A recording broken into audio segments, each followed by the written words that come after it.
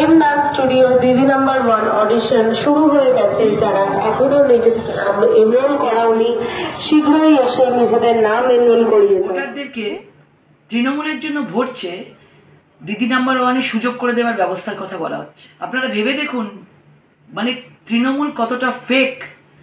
দিদি নাম্বার 1-এর সাথে একটা একটা প্রোডাকশন হাউস, আজকে সেই ক্ষেত্রে চ্যানেল, সেই প্রোডাকশন হাউস আজকে টাই আপ করে ভোটের স্বার্থে দিদি নাম্বার 1-এর মেয়ে মহিলাদের কাছ থেকে অডিশন নিচ্ছে যে তাকে ভোট দেওয়া হবে এবং তাকে অডিশনে ডাকা হবে। নমস্কার, বাংলার মন থেকে বলছি সন্ময় বন্দ্যোপাধ্যায়।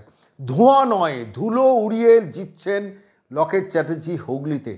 কথার কথা নয়, কোনো স্পেকুলেশন নয়, নির্দিষ্ট তথ্যের ভিত্তিতে আজকে বাংলার মনে আপনাদের কাছে এই বিষয়টা পেশ করলাম। মিলিয়ে নেবেন, না মিললে গাল পারবেন, আর মিললে বলবেন হ্যাঁ সন্ময়বাবু আপনি বলেছেন।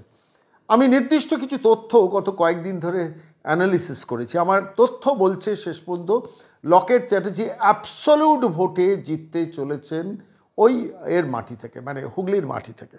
আপনারা জানেন যে লকেট চ্যাটার্জির বিরুদ্ধে এবার দিদি নাম্বার 1 থেকে তুলে নিয়ে এসছেন রচনা বন্দ্যোপাধ্যায়কে মমতা বন্দ্যোপাধ্যায়। তার কারণ বুঝেছেন এমনিতে হুগলি জেতা যাবে না। অর্থাৎ আমার ফিল্মের গ্ল্যামার চাই, দিদি নাম্বার 1-এর গ্ল্যামার চাই, আলোর ঝলকানি চাই লকেটকে মোকাবিলা করার জন্য, যার জন্য রচনা বন্দ্যোপাধ্যায়কে নিয়ে এসেছিলেন। আপনারা শুনলেন যে সেই রচনা বন্দ্যোপাধ্যায় এখন জি বাংলাকে আসরে নামিয়েছেন, যে ওখানে বিভিন্ন মোড় থেকে কে মহিলারা দিদি নাম্বার 1-এ যাবে তার জন্য অডিশান হচ্ছে। সেটা লকেট চট্টোপাধ্যায় নিজে বলেছেন। আমি তার ভিডিওটা সম্প্রতি সম্প্রচারিত হয়েছে তার ফেসবুকে, আমি সেখান থেকে নিয়ে আপনাদের দেখালাম যে কতটা ভয় রচনা বন্দ্যোপাধ্যায় পেয়েছেন যে শেষ পর্যন্ত জি বাংলাকে নামিয়েছেন। এবং জি বাংলাকে নামিয়েছেন যে আপনারা ওখান থেকে মহিলা সিলেক্ট করুন, তাহলে সেই মহিলারা আশায় থাকবেন যে আমরা অডিশান দিলাম, এবার ওই দিদি নাম্বার 1-এ যাবো, তাহলে আমরা রচনা বন্দ্যোপাধ্যায়কে ভোট দিয়ে দেবো। মস্তিষ্কটা আপনি ভাবুন, এটা শুধু রচনা বন্দ্যোপাধ্যায় না, এটা আইপ্যাকের মস্তিষ্ক, কয়লা ভাইপোর মস্তিষ্ক এবং পিসিরও মস্তিষ্ক। ফলে স্বাভাবিকভাবে সমস্ত মস্তিষ্কগুলো মিলিয়ে জি বাংলাকে কাজে লাগিয়েছেন, নামিয়েছেন অডিশান নেওয়ার জন্য, যাতে গ্রামের প্রচুর কী হয়, গ্রামের সাধারণ নিম্নবিত্ত ঘরের মহিলারা একটা টিভির শোতে যাবেন, জি বাংলা অনুষ্ঠানে যাবেন, দিদি নাম্বার 1-এ যাবেন, দলে দলে ভিড় করে অডিশান দিচ্ছেন এবং অলিখিতভাবে একটা বন্ডিং হয়ে যাচ্ছে যে রচনা বন্দ্যোপাধ্যায়কে এবার টুক করে গিয়ে ভোটটা দেবো। কিন্তু তা কি হবে? হবে না। কেন বলছি? আমি একটু নির্দিষ্ট ব্যাখ্যায় আসছি। আজকের এই প্রতিবেদন পেশ করার আগে আমি দীর্ঘ চর্চা করেছি যে লকেট চ্যাটার্জি কী অবস্থায় রয়েছেন এই মুহূর্তে হুগলিতে। দেখুন, প্রথমে যখন রচনা বন্দ্যোপাধ্যায়কে মমতা বন্দ্যোপাধ্যায় নমিনেট করেন বা অভিষেক বন্দ্যোপাধ্যায় কয়লা ভাইপো নমিনেট করেন যে তাকে প্রার্থী করা হবে লকেট চট্টোপাধ্যায়ের বিরুদ্ধে, এবং পরবর্তীকালে যখন রচনা বন্দ্যোপাধ্যায় প্রচারে হই করে নেমে যান, আপনারা একটু খেয়াল করে দেখেছেন মিডিয়া প্রচুর হাইপ তোলার চেষ্টা করছিল। এবার রচনা আসরে রচনা গিয়ে বিভিন্ন সভাতে বলতে শুরু করলেন যে আরে এই তো হুগলিতে এত ধোঁয়া, সে তো ধোঁয়া পেছনে পড়লো মানে নির্বাচনের, এবং শেষ পর্যন্ত দেখা গেল যে চালকলের ধোঁয়াকে শিল্প বলে চালিয়ে দিচ্ছেন রচনা বন্দ্যোপাধ্যায়। প্রচুর হইচই হলো, প্রচুর হাইপ হলো, মিডিয়াও রচনা বন্দ্যোপাধ্যায়কে প্রচুর এক্সপোজার দিল। কিন্তু শেষ পর্যন্ত মিডিয়াও বুঝলো যে এমন একজনকে মমতা বন্দ্যোপাধ্যায় বা অভিষেক বন্দ্যোপাধ্যায় ওখানে প্রার্থী করেছেন যিনি আলটিমেটলি হুগলির কোনো কাজে লাগবেন না। আমি এই কথাটা কেন বলছি? দেখুন, হুগলির বহু মানুষের সঙ্গে আমাদের বাংলার মনের টেলিফোনিক যোগাযোগ আছে, তাদের সঙ্গে আমরা কথা বলি, এবং তারা প্রত্যেকেই একটা কথাই প্রথম দিকে বলছিলেন, না রচনা খুব ভালো ক্যান্ডিডেট হতে পারে, নিরপেক্ষভাবে বলছেন। পরবর্তীকালে আমি তাদের সঙ্গে যখন যোগাযোগ করি তখন সবাই বলতে শুরু করেছেন এক সুরে যে রচনা বন্দ্যোপাধ্যায়কে দিয়ে হুগলির কোনো উন্নয়ন হবে না, করলে লকেটই করবে।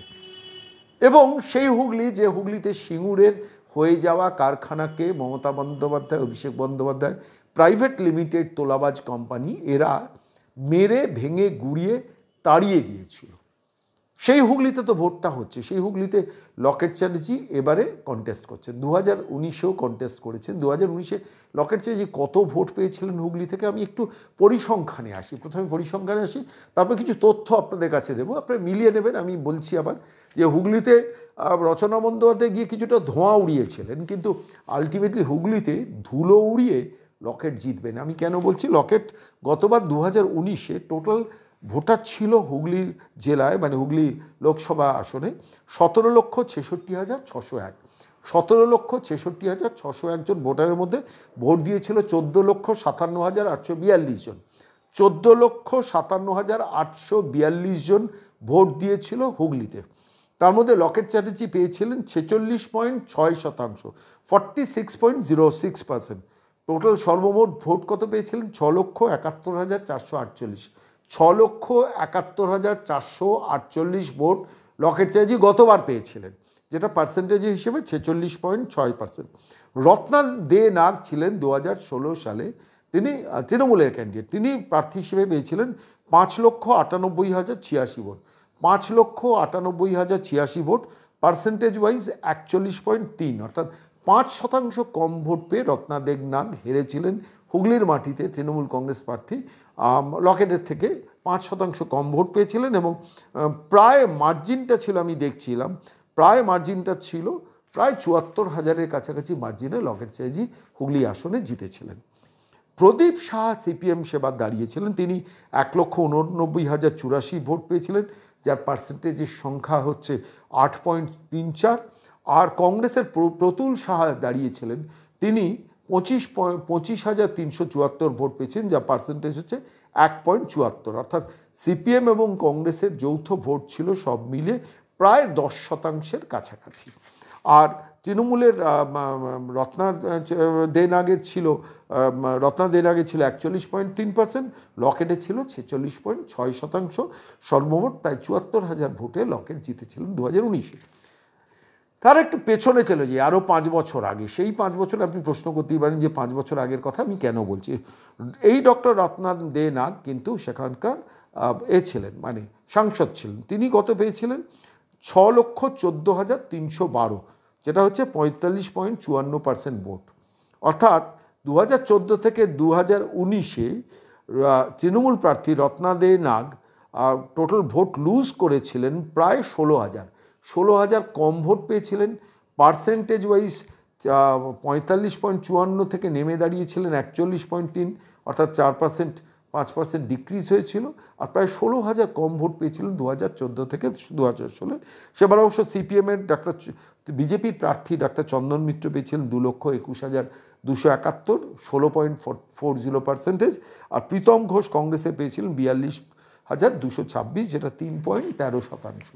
আমি এত তথ্য দিয়ে ব্যাপারটাকে গুলিয়ে দিতে চাইছি না, আমি খুব স্পেসিফিক একটা কথা বলি যে দেখুন 2019 থেকে 2023 এর মধ্যে ফেনোমেনাল যে চেঞ্জটা হচ্ছে সেইটা আমি আপনাদের কাছে বলব। বেসিক্যালি দিল্লিতে কেন্দ্রে একটা শক্তিশালী সরকার দরকার, এবং সেই শক্তিশালী সরকারের মুখ হচ্ছেন নরেন্দ্র মোদী। 9টা সর্বভারতীয় সমীক্ষায় দেখা গেছে প্রত্যেকটাতে বিজেপি অ্যাবসলিউট উইনিংয়ের দিকে যাচ্ছে। অর্থাৎ অ্যাবসলিউট উইনিং বলতে 323 সব থেকে কম লোকসভা সিট পেতে পারে বিজেপি, আর সব থেকে বেশি পেতে পারে 399, যেখানে দরকার 272। 9টা সমীক্ষায় এটা রিফ্লেক্টেড হয়েছে। ফলে কেন্দ্রে বিজেপি আসছে প্রচুর সিট নিয়ে, এটা সময়ের অপেক্ষা। এখন আছে 303, সেটা হবে 323 মিনিমাম, যে সমীক্ষাগুলোর রিপোর্ট বেরিয়েছে। এখন স্বাভাবিকভাবে হুগলির মানুষ কেন, যারা সরকারে থাকবেন দিল্লিতে, তাঁদের দলের প্রতিনিধি না নির্বাচিত করে কেন যিনি বাইরে থেকে শুধু ঝগড়াঝাঁটি, খেউর অশান্তি, চৌর্যবৃত্তি করবেন, সেই দলের প্রার্থীকে নির্বাচিত করবেন? হুগলির কনসাস মধ্যবিত্তদের মনে কিন্তু এটা পরিষ্কারভাবে কাজ করছে। আমি বলছি, আমি প্রায় 200-র উপর হুগলির দর্শকের সঙ্গে আমি গত প্রায় 15-20 দিনে কথা বলেই আমি আপনাদের কাছে বলছি।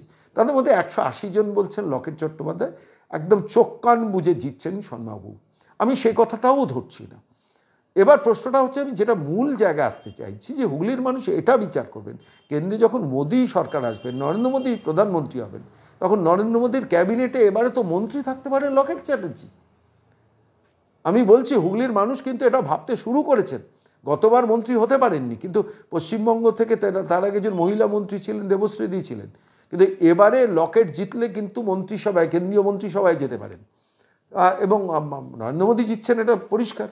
ফলে লকেটকে যদি হুগলির মানুষ নির্বাচিত করে, তাহলে তো স্বাভাবিকভাবে হুগলির মানুষ তো একজন মন্ত্রী পেতে পারেন। এটা কিন্তু বহু বহু বহু হুগলির মানুষ আমাকে বলেছেন। এক, দ্বিতীয়ত, গত 5 বছরে তৃণমূল কংগ্রেস এত চুরি করেছে, হুগলিকে ব্যবহার করেছে। ধরুন শান্তনু বন্দ্যোপাধ্যায়, অভিষেক বন্দ্যোপাধ্যায়ের যখন তৃণমূল যুব কংগ্রেসের সভাপতি, তার সহ সভাপতি ছিলেন শান্তনু বন্দ্যোপাধ্যায়। শান্তনু বন্দ্যোপাধ্যায়কে দিয়ে দেদার টাকা তুলেছেন তৃণমূল কংগ্রেস ওই হুগলির মাটি থেকে। প্রচুর ছেলে মেয়ে ক্ষতিগ্রস্ত হয়েছে। কুন্তল ঘোষ তাও হুগলির মানুষ, অয়নশীল তার কারবারও হুগলিতে। এতগুলো চোর, আমি 3টে চোরের নাম বললাম, 300 চোর এরকম আছে যারা কালীঘাটে টাকা সাপ্লাই দিয়েছে। ফলে হুগলি থেকে প্রচুর গরিব মানুষ ক্ষতিগ্রস্ত হয়েছে। হুগলি থেকে টাটাকে তাড়ানো হয়েছে, সিঙ্গুরের থেকে তাড়িয়ে সানন্দে পাঠিয়ে দেওয়া হয়েছে। ওই হুগলির ছেলেমেয়েরা যায় আজকে সানন্দে চাকরি করতে। পরিযায়ী শ্রমিক বাংলার যে 5টা জেলায় সব থেকে বেশি, তার মধ্যে হুগলি একটা। হুগলির ছেলেমেয়েগুলো চাকরি করতে বাংলার বাইরে যায়, রাজ্যের চাকরি নেই। হুগলিতে সিঙ্গুরে গত 14 বছর ধরে মমতা বন্দ্যোপাধ্যায় 13 বছর ধরে শুধু সর্ষে ছড়িয়ে গেছেন, সেখানে চাকরির ব্যবস্থা করেনি, কর্মসংস্থানের ব্যবস্থা করেনি। ওই চাল কলের ধোঁয়া দেখে রচনা বন্দ্যোপাধ্যায়ের মতো ফিল্ম গ্ল্যামার গিয়ে বলছেন প্রচুর ধোঁয়া প্রচুর ধোঁয়া। অর্থাৎ এখনও হুগলিকে আন্ডার এস্টিমেট করছে তৃণমূল কংগ্রেস। অর্থাৎ হুগলির মানুষ যাই হোক না কেন ওকে ভোট দেবে। জুট মিল বন্ধ হোক, কারখানা বন্ধ হোক, টাটার কারখানা ভেঙে গুড়িয়ে দেওয়া হোক, সমস্ত কিছু মানুষ ভুলে কি আমাদের ভোট দেবে। কেন আমি 1000 টাকা লক্ষ্মীর ভাণ্ডার দিচ্ছি। আরে 1000 টাকা লক্ষ্মীর ভাণ্ডার দিচ্ছেন তো বিজেপি 2026-এ ক্ষমতায় এলে 3000 টাকা লক্ষ্মীর ভাণ্ডার দেবে। তো 1000 টাকা কেন তিনি শুনবেন? আজকে বিজেপি 2026-এ ক্ষমতায় এলে তখন বিজেপি এখানে মহিলাদের 450 টাকায় পরিবারে গ্যাস সিলিন্ডার দেবে, যেটা রাজস্থানে বিজেপি সরকার ক্ষমতায় এসছে 450 টাকায় গ্যাস দিচ্ছে। বিজেপি 2026 এখানে ক্ষমতায় এলে পেট্রোল এবং ডিজেলের দাম অন্যান্য রাজ্যের থেকে কম হবে। কেন? সারা ভারতবর্ষে সব থেকে বেশি তেলের দাম এখন পশ্চিমবঙ্গ দিচ্ছে, সেটা দিদি ট্যাক্স নিচ্ছেন। ফলে তো ধরুন বিদ্যুতের দাম যেখানে 2 টাকা ইউনিট ছিল, 2 টাকা 30 ছিল, এখন 7 টাকা 8 টাকা 9 টাকা করে মানুষ দিচ্ছে। হুগলির মানুষকেও দিতে হচ্ছে। শুধুমাত্র সারা ভারতবর্ষের মধ্যে সব থেকে বেশি ইলেকট্রিসিটির দাম, বিদ্যুতের দাম মেটাতে হচ্ছে কিন্তু এই পশ্চিমবঙ্গের মাটিতে। তার কারণ দিদি আছেন সরকারে। দিদি থাকার জন্য আমাকে 1000 টাকা ভাতা দিয়ে কিন্তু আলটিমেটলি পকেট থেকে টাকা তুলে নিচ্ছেন। 21,000 মদের দোকান দিয়ে গরিব মানুষের কাছ থেকে মদের শেষ ট্যাক্সটা তুলে নিচ্ছেন। সর্বশান্ত বাঙালি হয়ে যাচ্ছে। কর্মসংস্থান শেষ। 55 লক্ষ পরিযায়ী শ্রমিক বাংলার বাইরে, 5.5 লক্ষ সরকারি পদ অবলুপ্ত, 2,78,000 স্কুলের শিক্ষকের পদ ভেকেন্ট, 1,39,000 পুলিশের পদ ভেকেন্ট। বাংলাটাকে তছনছ করে দিয়েছেন। সমস্ত দপ্তরে চুরি চুরি চুরি চুরি, কোটি কোটি টাকা তুলে শেষ করে দিচ্ছেন। হুগলি তার ব্যতিক্রম নয়। সেই হুগলি যদি আগামী দিনে লকেটকে মন্ত্রী হিসেবে মোদির মন্ত্রিসভায় পায়, কেন হুগলির মানুষ সেটা ছাড়বেন? দিদি নাম্বার 1-এ একটা অডিশন দিলে একদিন আপনাকে টিভিতে দেখা যাবে, কিন্তু লকেট চ্যাটার্জি কেন্দ্রের মন্ত্রী হলে তার সুফল কিন্তু হুগলির মানুষ পাবে। এবং বলছি 2026-এ বিজেপি ফিরে এলে হুগলিতে কিন্তু টাটাকে আবার ফিরিয়ে আনবে। ইতিমধ্যে বিজেপির নেতৃত্ব সেই প্রতিশ্রুতি দিয়েছে। তাহলে লকেটকে কেন ভোট দেবে না? এই অঙ্কটা আমি আপনাদের কাছে ভাবার জন্য বলছি। লকেট গতবার পেয়েছিলেন 6,71,448 ভোট, সেই মার্জিনটা ছিল 74,000 মার্জিন। আমার নিজের ধারণা এবার লকেট চ্যাটার্জি 1,25,000 থেকে 1,35,000 মার্জিন করবে, মিলিয়ে নেবেন। ভুল হলে আপনারা গালিগালাজ করবেন, কোনো অসুবিধা নেই, কিন্তু আমি অনেক স্ট্যাটিস্টিক্স ঘেঁটে আপনাদের কাছে বলছি এবার লকেট চ্যাটার্জি রচনা বন্দ্যোপাধ্যায়কে 1,25,000 থেকে 1,35,000 মার্জিনে রচনা ব্যানার্জিকে হারিয়ে ফেরত পাঠাবেন। এবং মনে রাখবেন, মাইনরিটিরাও এবার কিন্তু মমতা বন্দ্যোপাধ্যায়ের সঙ্গে সবাই নেই। অনেক মাইনরিটি কিন্তু বাম কংগ্রেসের দিকেও সরে গেছে। এমন অনেক মাইনরিটি আছেন যারা আবার লকেটকেও ভালোবাসেন, লকেটকে ভোটটা দেবেন। পরিস্থিতি কিন্তু সেই দিকে। হুগলি তৃণমূল কংগ্রেস পাচ্ছে না, চোখ বন্ধ করে মিলিয়ে নিন। হুগলি লকেট চ্যাটার্জি জিতলে 90% আশা আছে, এবং লকেট চ্যাটার্জিকে নরেন্দ্র মোদী খুব স্নেহ করেন। ফলে আমার নিজের ধারণা এবার নরেন্দ্র মোদীর মন্ত্রিসভায় লকেট চ্যাটার্জি কিন্তু মন্ত্রী হবেন। পারলে নোট বইয়ে লিখে রাখুন, নতুন মন্ত্রিসভা, লকেট জিতলো, মন্ত্রী হলেন লকেট। সেই দিনটা আমার এই কথাটা মনে রাখবেন। ফলে অ্যাবসলিউট উইনিংয়ের দিকে হুগলিতে লকেট চ্যাটার্জি জিতছেন, এবং ওসব দিদি নাম্বার 1-এ অডিশন নিয়ে কিচ্ছু হবে না, মিলিয়ে নেবেন।